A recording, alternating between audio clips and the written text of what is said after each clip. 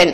அந்த இடத்திலே அவள் ஆண்டாள் அந்த இறைவனையே கணவனாக பேணி பாடுகின்ற பாடல்களை பார்க்கின்றோம். இதற்கு பின்னால் இப்படி ஒரு பின்னணி இருக்கலாம், இருக்கக்கூடிய சாத்தியக்கூறுகள் நமக்கு அகச்சான்றாகவும் கிடைக்கிறது, புறச்சான்றாகவும் நமக்கு கிடைக்கிறத பார்க்கலாம். இதே நிலைதான் சீதையும் கண்டெடுக்கப்பட்ட பெண் தான். அவளுக்கும் இதே நிலைதான். அவள் திருமணத்துல மற்ற அவளோட பிறந்த மற்றவர்களுக்கெல்லாம் இதே மன்னன் வில் முடிக்கிற ஒரு போட்டியை வைக்கல. ஆனா சீதைக்கு வைத்தான் ஜனகர் என்று சொன்னால் காரணம் கண்டெடுக்கப்பட்ட பெண். அதனால் இந்த வில்லை முறிப்பவனுக்கு தான் இந்த பெண் என்று சொல்லுகின்ற போது அங்கு குலம் கோத்திரம் மறைந்து விடுகின்ற ஒரு சூழல். அது கூட அந்த கம்பராமாயணத்திலே ஒரு இடத்துல வரும். ஏன் நான் இந்த போட்டியை வைத்தேன் என்னென்னால் மன்னன் ஒருவனும் வில்லை முறிக்க வரவில்லையே என்று அவர் சொல்லுகின்ற பொழுது அவர் வருத்தப்படுகின்ற நிலையிலே அங்கு அவரை அறியாமலேயே அங்கு போட்டி எதற்கு நடத்தப்படுகிறது என்ற விஷயத்தையும் ஜனகன் சொல்லுவது போல கம்பனில் ஆழ்ந்து நோக்கினால் நமக்கு ஒரு செய்தி கிடைக்கின்றது. இப்படி அந்த காலத்துல பெண்கள் பட்ட துயரங்கள், ஏனென்று சொன்னால் பெண்களுக்கு திருமணம் தான் முடிவு. அவங்க வாழ்க்கையில திருமணம் தான் முக்கியமான விஷயம். திருமணம் இல்லாத வாழக்கூடிய பெண்களை இன்னைக்கு நிறைய பாக்குறோம் நம்ம. ஆனா அந்த காலகட்டத்துல ஒரு பெண்ணுக்கு திருமணம் இல்லை என்று சொன்னால் அவளுக்கு வாழ்வு இல்லை என்ற ஒரு சூழல் இருக்கிற காலகட்டத்துல சீதையை கண்டெடுத்து வளர்த்த ஜனகனும் ஆண்டாளை கண்டெடுத்து வளர்த்த பெரியாழ்வாரும் எவ்வளவு துடித்திருப்பார்கள் என்று பார்க்கலாம். இதெல்லாம் அந்த பிரதிகளுக்குள் புதைந்து கிடக்கின்றது. அதையெல்லாம் தோண்டி ஆராய்வதுதான் இந்த பிரதி கோட்பாட்டு ஆய்வு. அவ்வாறு ஆராய்ந்து இருக்கின்றார்கள் இந்த மூவரும். அவர்கள் சங்க இலக்கியத்திலே அந்த ஆய்வினை நிகழ்த்தி இருக்கின்றார்கள். அதனால் நான் சங்க இலக்கியத்திற்குள் நான் செல்லவில்லை. இனி கட்டுரையாளர்கள் தங்களுடைய கட்டுரையின் மூலமாக சங்க இலக்கியத்திலே அந்த பெண் மொழி எப்படி ஒலிக்கின்றது என்பதை உங்களுக்கு எடுத்துரைப்பார்கள். அவர்களை 10 நிமிடத்தில் தன்னுடைய கட்டுரையை முடிக்க நான் கேட்டுக்கொள்கின்றேன். முதலாவது அமர்விலே இங்கே பேச இருப்பவர், முதல் பேச்சாளராக பேச இருப்பவர் முனைவர் சு பூங்குடி என்பவர். இவர் கோவை அரசு கலைக்கல்லூரியிலே உதவி பேராசிரியராக இருக்கின்றார். இவர் முனைவர் பட்டம் பெற்றது இந்திரா பார்த்தசாரதி அவர்களுடைய நாவல்கள்ல ஒரு ஒப்பாய்வு என்று, அதாவது சாகர் என்கின்றவருடைய நயன்தரா சாகர், ஆங்கிலத்திலே நயன்தரா சாகர் என்று சொல்லக்கூடிய ஒரு எழுத்தாளரையும் இந்திரா பார்த்தசாரையும் ஒப்பிட்டு ஒரு ஒப்பாய்வு செய்திருக்கின்றார். அவர் பெண்கள் குறித்தும் நிறைய ஆய்வுகளை மேற்கொண்டிருக்கின்றார். தற்போது அவர் 14 எம்ஃபில் பட்ட ஆய்வாளர்களுக்கு ஆய்வு நிகழ்த்தி கொடுத்திருக்கின்றார். 3 ஆய்வாளர்களுக்கு PhD பட்ட ஆய்வினை நிகழ்த்தி கொண்டிருக்கின்றார்.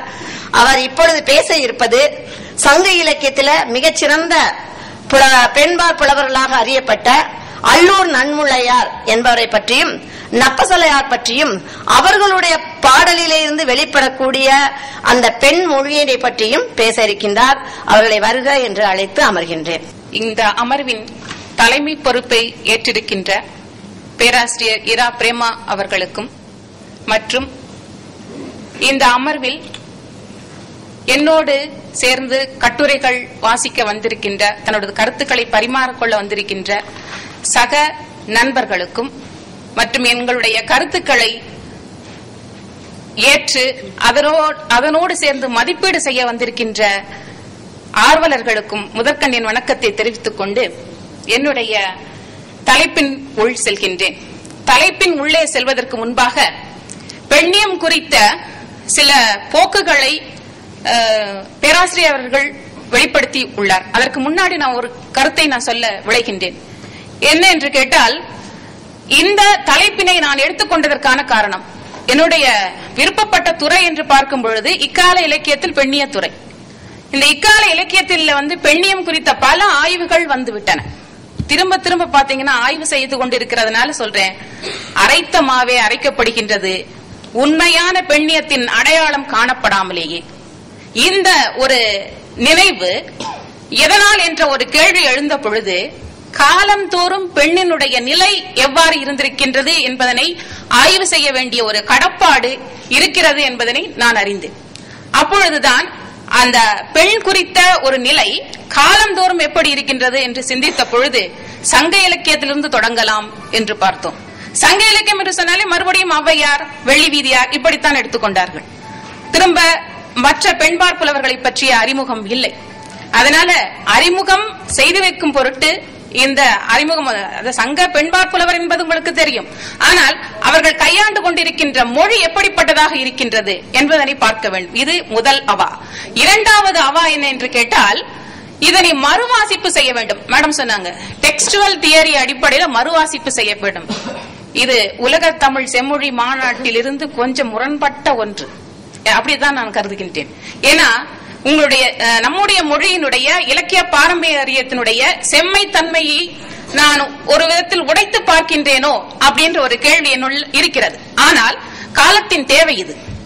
பெண் தன்னுடைய அடையாளத்தை உணர வேண்டும் என்று சொன்னால் காலந்தோறும் இருக்கின்ற பெண் பதிவுகளை காண வேண்டும் என்பது முதன்மையான ஒன்று. அதை நான் அதனுடைய தேவை கருதி அந்த அடிப்படையிலே நான் சங்க இலக்கியத்திலே அல்லூர் நன்முல்லையாரையும் மாரோகத்து நப்பசலையார் இரண்டு பெண்பாற் புலவர்கள் இருக்கின்றார்கள். அதுல குமிழி ஞாலலார் நப்பசலையார் என்று ஒருவர் இருக்கின்றார். அவருடைய பாடல் என்று அவருடைய கவிதை என்று நமக்கு கிடைப்பது ஒன்றே ஒன்றுதான். அந்த ஒன்றை மட்டுமே வைத்துக் கொண்டு ஆய்வுக்கு செல்ல முடியாது என்ற காரணத்தினால் நான் மாரோகத்து நப்பசலையாரை எடுத்துக்கொண்டேன். அந்த வகையில் அல்லூர் நன்முல்லையாருடைய பாடல்கள் எனக்கு 12, நப்பசலையாருடைய பாடல்கள், மாரோகத்து நப்பசலையாருடைய பாடல்கள் 8. இந்த 8 பாடல்களில் புறம் சார்ந்து அதிகமாக பாடியவர் நப்பசலையார். அதுல 8 பாடல்கள் 7 பாட்டு புறம் சார்ந்து, ஒரு பாட்டு மட்டும்தான் நற்றிணை குறித்த ஒரு பாட்டு, அதுவும் குறிஞ்சி திணை சார்ந்த ஒரு பாடல்.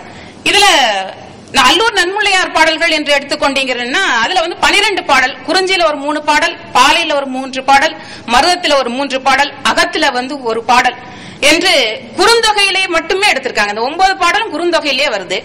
அகநானூற்றுல மருதர் பாடல் 1 மட்டும் வருகின்றது. புறநானூற்றுல 2 பாடல். அந்த புறநாற்றில் சொல்லக்கூடிய 2 கவிதைகளுமே மூதின் முல்லையை பற்றியும் மகட்பார் காஞ்சியை பற்றியும் பாடக்கூடியது என்று நம்ம எடுத்து, இந்த 2 கவிஞர்கள் தன்னுடைய பெண் மொழி ஏன் மொழியை எடுத்துக்கொண்டேன்? அடுத்த கேள்வி, மொழி எதற்கு இன்னைக்கு இன்றைய தேவை? எல்லாவற்றையும் பார்க்கும் பொழுது பதிவுகள் இன்றைய எக்கால இலக்கியங்கள்ல பாத்தீங்கன்னு சொன்னா பெண்ணுக்கான உரிமை என்ற பெயரில் சாதாரணமாக, அதாவது பெண்ணியத்தை ஒரு இழிவான நோக்கில் பார்க்க, பெண்ணியம் பேசக்கூடியவர்களை கூட இவர்கள் ஒரு இழிவான நோக்கிலேயே பார்க்கக்கூடிய ஒரு பட்டாளம் இருக்கிறது. என்று சொன்னால் அந்த பெண்ணியம் பற்றிய அறிதல் என்பதும் புரிதல் என்பதும் குறைவான காரணத்தினால். ஏன்னா எதிர்கெடுத்திருக்காலும் வரதட்சணை பற்றி, வரதட்சணை கொடுமையை பத்தி பேசுறாங்க. அவங்க வீட்டுல இருக்க என்ன சுதந்திரம் இல்லாம போயிட்டாங்க. இதே ஏன்னா பட்டிமன்றமாக இவை திரிக்கப்பட்டதன் காரணமாக உண்மையான பெண் அடையாளம் அளிக்கப்பட்டது என்றே சொல்லலாம். அந்த வகையில் தான் நான் இந்த தலைப்பை தேர்ந்தெடுத்துக் கொண்டேன். சரி, இன்று நான் என்னுடைய கருத்துக்களை கட்டுரை வடிவிலேயே படித்து விடுகின்றேன். பிறகு நம்முடைய கருத்துக்களை பரிமாறிக்கொள்ளலாம். ஒரு தாய்மைய சமூகத்தின் மைய சக்தியாக விளங்கிய தமிழச்சி இன்று வெறும் சதை குவியலாக இருக்கிறாள். அவளை ஒரு ஆயுதமாக எப்படி மாற்றுவது? இன்றைய சூழலில் கல்வி அறிவு, பொருளாதார சுதந்திரம் பெற்று வருவதாக பாவனையில் இருப்பு கொள்ளும் பெண் தன் அடையாளத்தை, உணர்வை, விடுதலையை பெறுவது எப்படி என்ற கேள்விகளை முன்வைக்கும் பெண்ணியவாதிகள் சமூக விடுதலை மூலமே பெண் விடுதலை சாத்தியம் என்ற கருத்தை வலியுறுத்துகின்றனர். வரலாறு, பண்பாட்டு ரீதியில் பெண் உடல், மனம், இருப்பு எப்படி இருக்கின்றது? பெண்ணின் தனித்தன்மைகள் பற்றிய எல்லா வரலாறுகளும் கதைகளும் ஒரு வகையில் மொழியாகவே எஞ்சி நிற்கின்றன. ஆக தமிழர் மொழி அரசியலை ஆராய்ந்திட வேண்டிய தேவை இருக்கிறது. அவ்வகையில் பெண்மொழியின் மரபினை ஆராய்கிற சிறு முயற்சியாக இக்கட்டுரை அமைகிறது.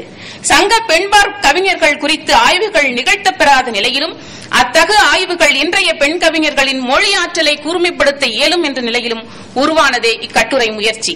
தமிழின் 5 பாகுபாடும் அகம் புறம் என்ற இரு எதிரிணைகளால் கட்டமைக்கப்பட்ட தமிழ் மொழியின் இருப்பானது ஒரு வகையில் தாய்வழி சமூகத்தை சிதைத்து ஆண்வயப்பட்ட சமூகத்தை உருவாக்கியது எனலாம்.